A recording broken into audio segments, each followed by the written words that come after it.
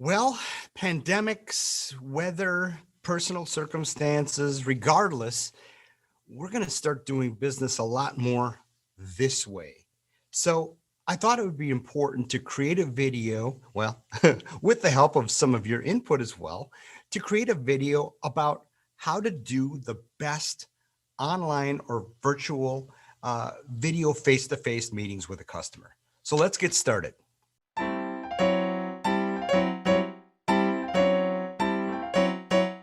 All right, let's first talk about the setting. Now, the setting is important because in order for us to come across as professional, have our act together, I think we should always look a little bit better than our customer, right? Whether it's the way we dress, of our appearance, of course, but now especially online. So let's look at the setting. I'm in a studio. Okay, so I'm lit by studio lights and things like that. But still, this is being recorded on a webcam. So let's talk about how to maximize that technology. But your setting should be, if you can, and I realize you can't control this all the time, but ideally, you're in a setting where you're not in a boxy, loud, noisy room. You are in a place that is solely set aside, even if it's a corner of the store, solely set aside for video presentations. Consider yourself almost a little bit like a movie director. Consider the set. What's behind you? What are people going to see? Is there going to be a bookshelf? Is there going to be a scope on the desk? What kind of professional presentation do you want to put out there? And then could think about that. Think about your background. Now, a lot of these cameras are wide angle. So, and as you can see, they auto adjust with the light. So that can get a little annoying at times. But think about your background. And and some little advice that I can give you is try to stay away from a wall. You can see here, I'm about 6 feet away from this back wall. So I have some depth behind me. And again, you're not going to light it like I do. It's a professional lighting setup, but some depth behind you is going to give some beauty as opposed to taking a picture of somebody in front of a wall. So consider your environment and make it look presentable.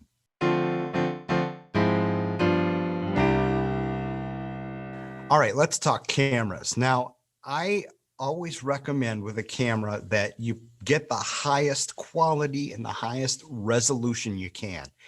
I'm shooting this on a Logitech Brio, and I don't know if there's any model number after that, but it cost me about, I think it was $250.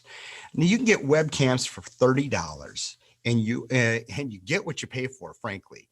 So consider getting a good web camera if you don't have one. And a lot of us are going to be using the cameras on our phones and on our laptops. And sometimes those are just fantastic. But if you're looking at your image and you're thinking, I think this could look a little better, consider investing in an actual webcam. Even if you have a laptop, even if you have, one connected to your computer already, maybe upgrade to a nicer camera. And without giving model numbers and things like that, I think you're probably going to have to spend $200 or more to get the kind of quality that you want. Now, placing the camera is important. We've all seen those presentations where you're literally looking up people's noses and people's heads appear like this down here. So placement of the camera is important. Look how I have this framed. When in the video business, what we do is we do the 2-finger approach. You want 2 fingers between the top of your head and the top of the frame. Okay, so you want to be framed in the video exactly like I am here. I'm at a desk, so we can see things on the desk, right? You can see my mouse, things like that.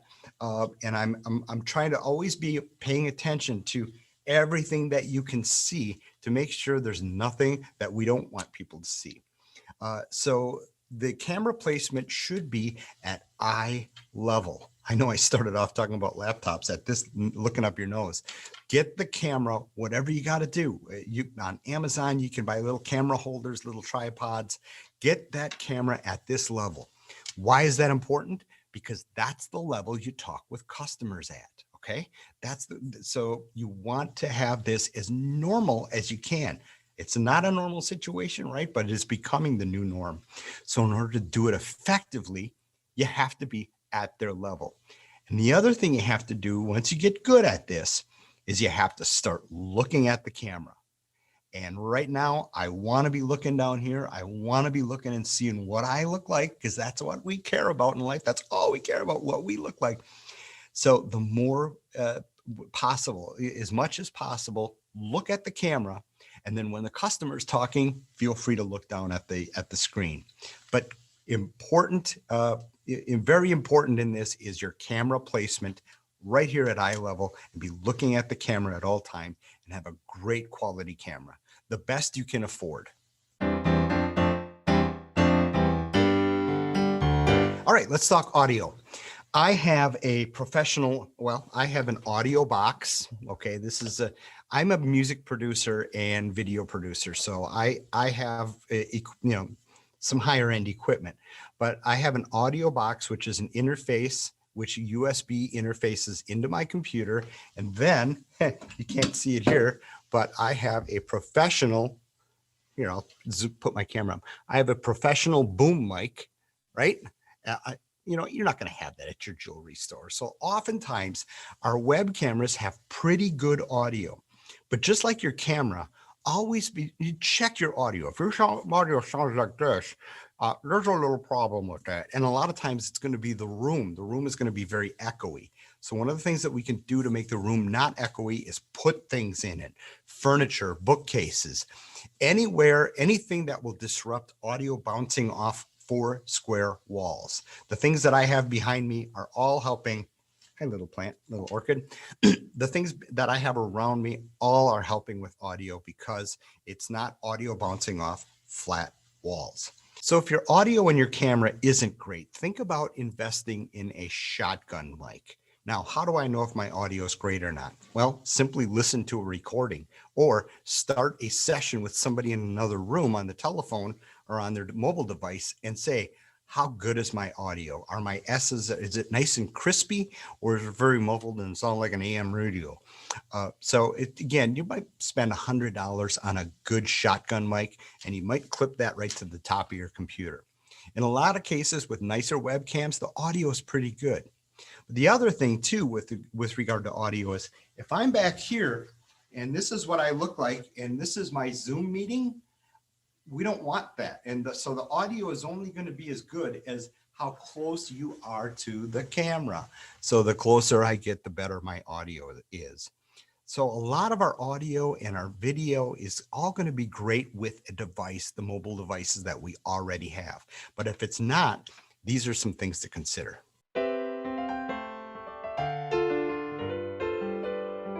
All right, let's talk about lighting. A lot of us in our offices and our jewelry stores are going to have that straight down overhead can lighting. And what that does is that creates scary shadows underneath our eyes. And it's the color temperature is 52K, which is daylight. And that tends to not look real good on our skin. So I encourage, as much as possible, fill in with lamps, tungsten colored warm lamps around you. And especially if you're on video, have a lamp right here. Now, again, I've got professional lighting around me, but just a lamp right here, and maybe even a lamp right here, will really help even out and make fill in your eye sockets, fill in those shadows. Again, with that overhead lighting, you're going to have nose shadow, you're going to have chin shadow, you're going to have eye shadows, and it just is a real unappealing look. And the lighting I love best is a window. So a north-facing window, it's the same window that we're looking at our diamonds at, right?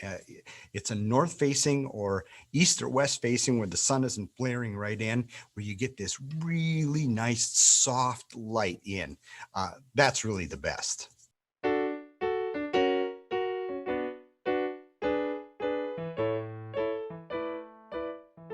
All right, a lot of you have jewelry cameras and light boxes, and you can have that right here. Great thing about Zoom is that Zoom allows you to switch cameras. You can go into your software and you can go in the video here and you can just switch to the other camera.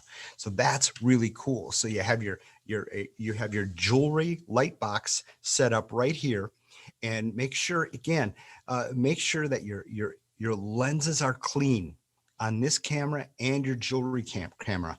But you don't want to be, using non-lens approved kind of cloths on that, but you want everything looking as good as possible. Now, under that jewelry light box that you have, and a lot of you, right, you have the cameras and things already, so it's looking great. But in that jewelry light box, you need to consider a couple things. What does it look like? Because it's a tight shot. How clean does that look? How presentable does that look? Is everything wiped off? Are the whites white and the blacks black? And so it's lint free. But the other thing you need to consider is these babies right here. What do these look like? If you have bad fingernails and all of a sudden you're in that camera with the tweezers, it's going to immediately take the focus off the presentation. It's going to take all professionalism away. If your fingernails are looking dirty, if you have nail polish on them that isn't full and complete, but it's a worn off 5-day-old nail polish, really consider your hands and make sure they're lotioned up and looking good, because just even the tips of your fingers are going to appear in that when you're showing customers. So please make sure that all of those details are thought out, and how you look professionally. Do you look good? Do you look presentable right here on this camera? So be thinking about those details and systematize how this is all happening, so we don't have to think about it every single time a customer interacts with us online.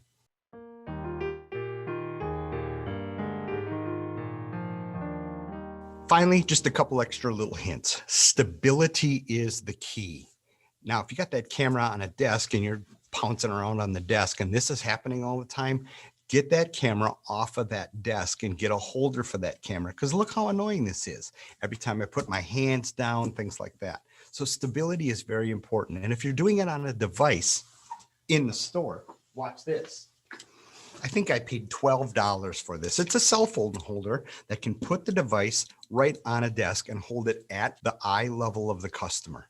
Get that. Always be thinking about the eye level of the customer. So great little thing. Again, 12, 15 bucks on Amazon. Really wonderful little holder. Think about stability. Now, you don't want to be walking around with the customer, if you're doing it on a device, of course, it's not professional. Okay. So always be thinking and respect for your customer that's talking with you. Stability is very important. It's with your web camera as well.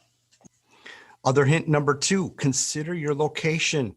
If you're in a jewelry store and there's 14 people talking over there, it's going to be quite annoying right here. And I understand that not all of us have these really nice little offices that we can go into with beautiful backgrounds and the perfect lighting situation and all that kind of stuff. But as best as possible, try to get to a quiet area, because this is still a conversation that would be happening in the jewelry store. So there's privacy issues and there's noise and annoyance issues as well. So try to get to the quietest spot you can. So take a look at my setup here. Take a look at the audio, take a look at the video, and try to match this as best you can. The closer you can get to something like this with this type of communication, the better and more professional you're going to be. So think of yourself like a movie director and try to get the ideal situations for talking with a customer, because as we perfect this and do more business this way, this is going to show our image of who we are in the store as well as online.